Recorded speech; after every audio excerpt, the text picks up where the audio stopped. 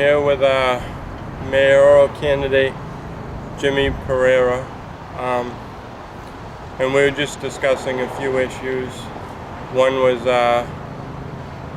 child abuse, and the other one was the crime rate in Brockton. So I'd like to hear what you have to say about those two things. Certainly. Especially. Thank you again for this opportunity to stand here and voice my concerns with you. So basically we're here supporting the Stand Up Brockton campaign, focus on child abuse and also domestic violence. It is October, Domestic Violence Awareness Month, and I wanted to come out and show my support. Something about child abuse is something that I actually experienced and witnessed domestic violence myself. So I want to make sure that we as a community stand up and stay strong and are able to talk about the issues that we face in our homes as well, because it starts at home. That's very important. And with a diverse community, we need to make sure that we find all different avenues to speak with our community, make sure that we relate the information that is available, the resources that is available out there for families as well. As far as the crime rate goes, how do you see a solution to the problem? Thank you. Actually, that's a great question. And for me, it's a multitude of solutions. It's not just one, and it's not just one person as well that can solve this issue. What I want to do is make sure that we have a conglomeration of agencies and organizations and community buy-in as well, stakeholders, where we engage the community, engage potential perpetrators, and engage the average youth as well, so we can curb recidivism, and we can curb violence as well. We want to make sure that we engage this community so we can make changes. And I find out that by sharing information, by engaging people and bringing people to the table, you're able to resolve a lot more issues rather than going at it single-handedly. Yeah, I'm a firm believer in bringing everyone to the table. Agreed. No matter what their opinion is, Right. no matter how differing it is. One of the things I see is, well, how do you think a two-way Main Street would alleviate a lot of the problems? Well, one of the things I want to say too before we get into Main Street is it's only a small percentage of the people causing all the problems. Right. You know, there's a lot of great people in Brockton, and everyone's getting a bad rap for, like, I agree. you know, small, like 1% of the population Right. just running roughshod. What we're dealing with is the perception of crime in the city of Brockton, and and you see a lot of it aesthetically. The city doesn't look too pleasing when you drive down or walk down or bike down Main Street, and you see a lot of homeless people down there.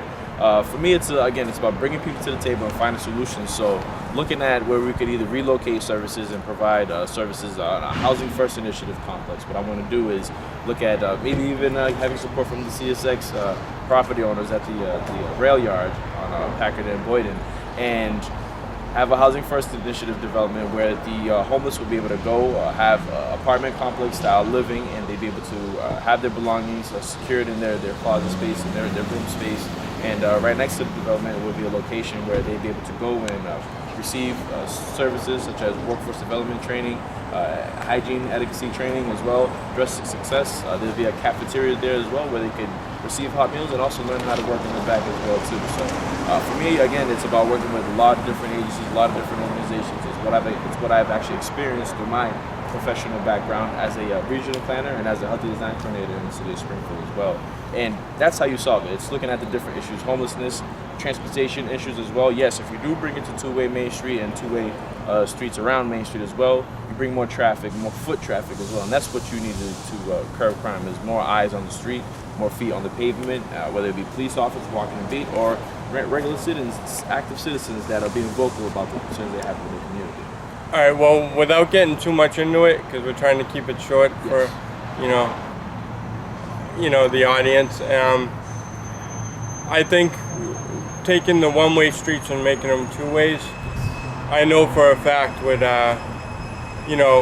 these streets got lookouts. The troublemakers, poisoning the children they've got lookouts everywhere.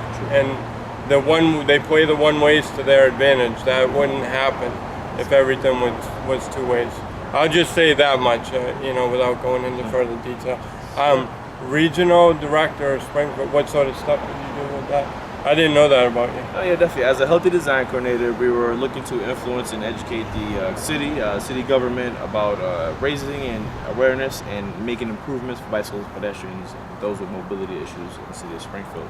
So my job was to bring together the planning, the engineering department, DPW, and focus on how to transition from a no bike lane city to a bicycle pedestrian friendly community. And we actually introduced it to the first bicycle lane on Plum Tree Road. And that has since expanded as well to different parts of the community. They now have a Springfield bicycle pedestrian plan, and they've done it. And I say they because hats off to the city of Springfield for all the work they've done. It was a conglomerate effort. There were different organizations, city level, state level as well, regional level, and local on the ground level as well too, of organizations and people that came together to make progress. So. And that's what we want to bring to the city of Brockton. We want to make sure that we're inclusive, transparent, and that we're innovative as well too in our plans and efforts in changing Brockton. How long did you work on that for? So it was a contract through the Center of Disease Control. It was a year contract and a healthy design contract where we worked with the city, worked with the planning department, the Pioneer Valley Planning Commission as well, the regional planning agency, MassDOT, as well in nonprofit organizations in the community such as Garden the Community, such as Mason Square, Task Force Initiative, and North End, New Citizens Association as well, and a conglomerate of different organizations. And we made sure that we brought everyone to the table and that we heard their ideas and we implemented them as well too. All right, very good. Well, it's great talking to you. Pleasure's all mine. Hopefully this is a step forward in alleviating some of the problems occurring in Brockton, and the information disseminates across the population of Brockton. Certainly. Thank you for the Thanks time. for your time. Take care.